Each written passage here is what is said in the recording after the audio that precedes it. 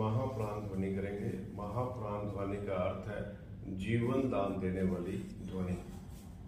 दोनों हाथों को नाभि के नीचे रखेंगे, उंगलियों को फंसा लेंगे, श्वास को भरेंगे भीतर, फिर श्वास छोड़ते हुए ओम का उच्चारण नाद के रूप में गले से करेंगे।